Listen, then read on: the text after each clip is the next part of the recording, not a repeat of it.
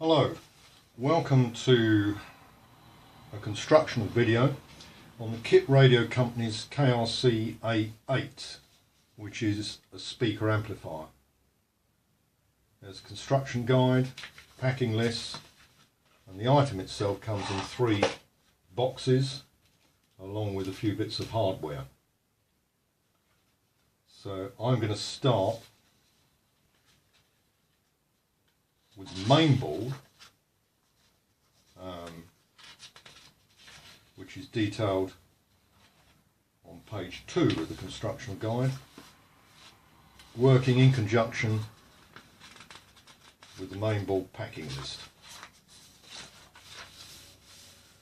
which is there with a list of components and a picture of the board completed.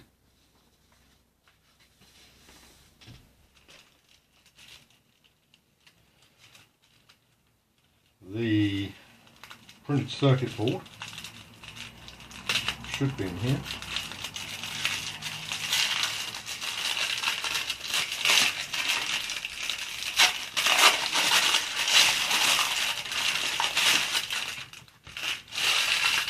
Along with the base board.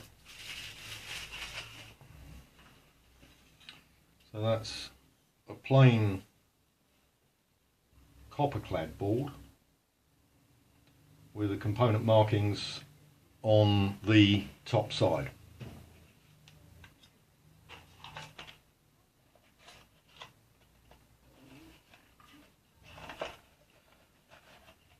The main board components are all here. So, according to the construction guide, we start with a 1K resistor, which has got to be this one, and that's marked brown, black, red, which it is. So that's going to go in the hole here, marked 1K.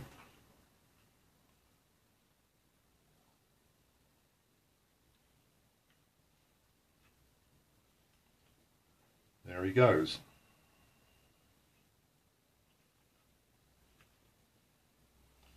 That's placed. Will be soldered in position.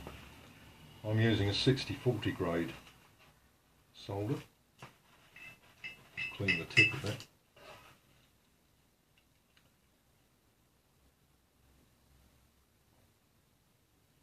And get that to flow nicely. So the legs are coming up at 90 degrees, and then I can crop those off.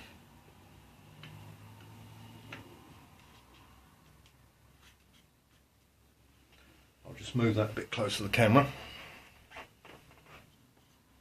and you should be able to see the solder joints there.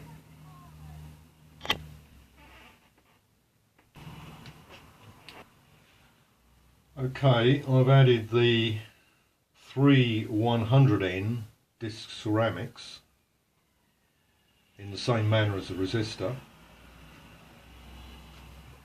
That's step 2. I'm ticking these off as I'm going. The next step is to add a 10 microfarad electrolytic. This has a polarity, it's polarity sensitive. There's an indent here. I'll move that up a bit, and that denotes the positive end of the capacitor. That's got to line up with the board marking.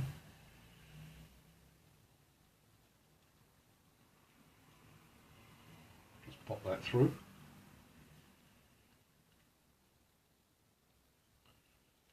Again, solder him in position.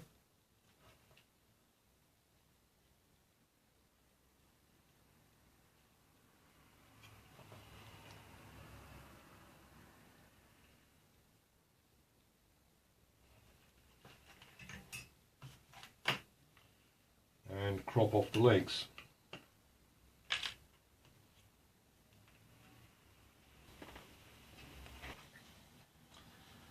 Right, I've got the remainder of the electrolytics fitted to the board, as you should be able to see there.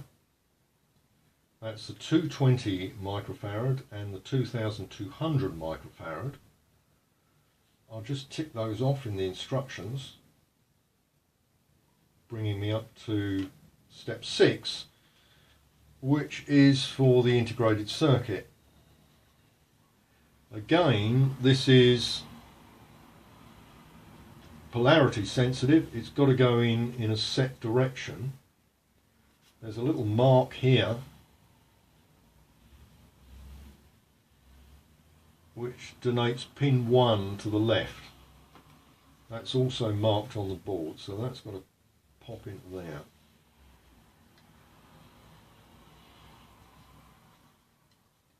It's a little bit fiddly.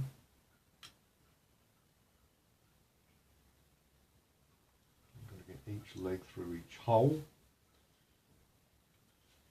Of course it doesn't want to go. Come on, Buster. You know you want to go in there.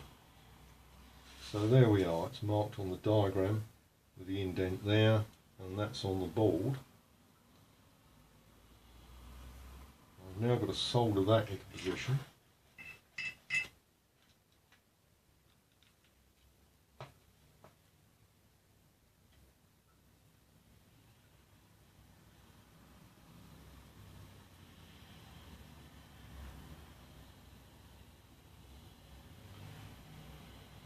Although this board is plain copper, it's been coated with a flux impregnated lacquer,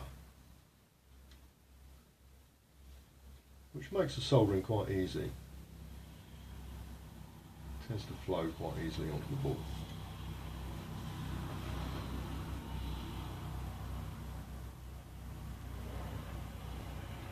Lay the soldering iron alongside the leg, solder to flow.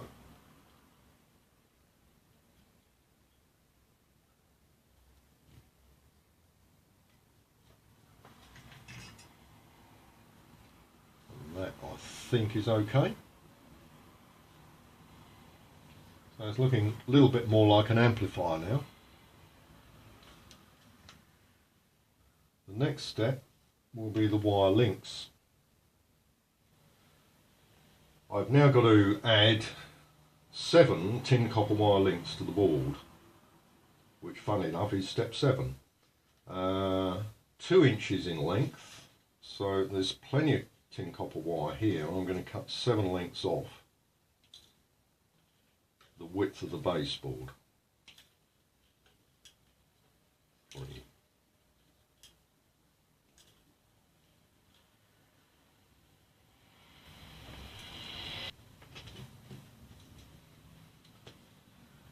So that's the board with the 7 lengths of tin copper wire fitted, and the battery connector, which has got a red and black lead, the red being positive, black being negative.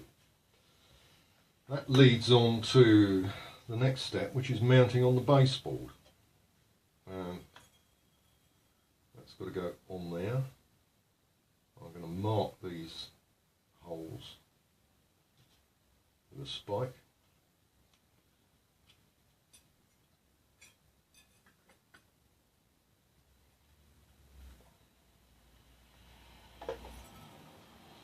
And drill a pilot hole with a 2mm drill.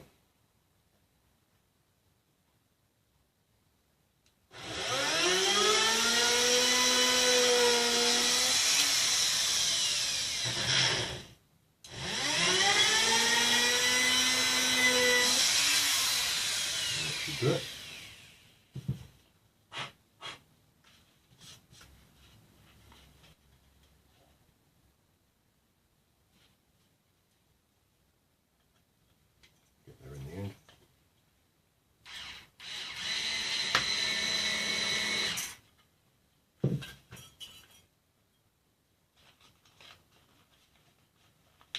That's 4 washers in total under each screw.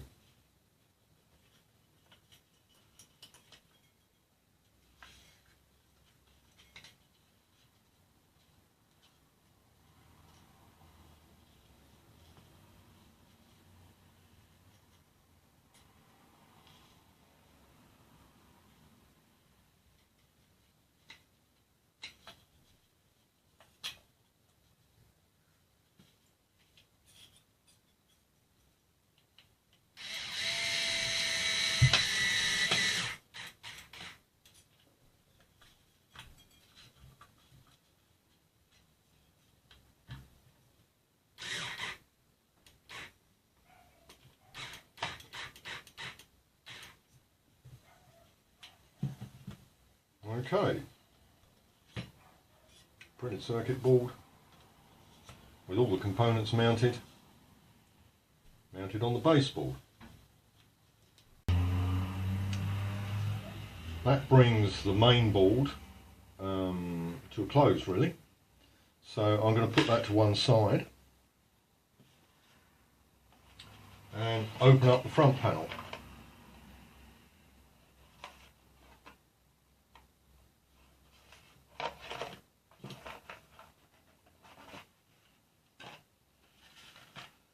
There's all the front panel parts here.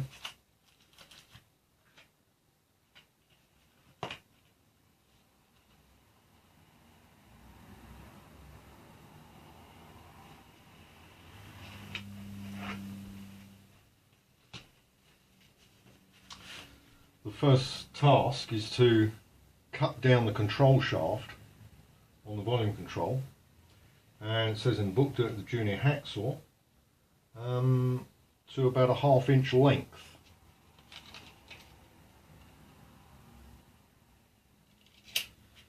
I'm going to use a power tool because I think it's easier. Fire that up.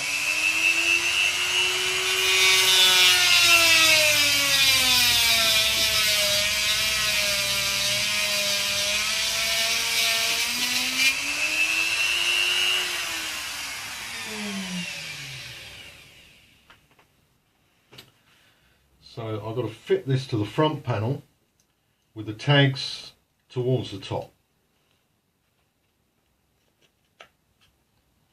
It's fairly easy, even though I can do that.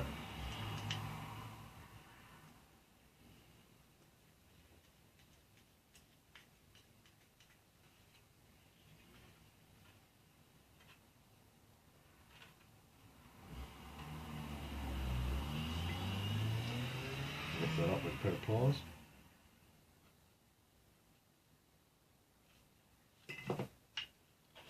And the same with the jack.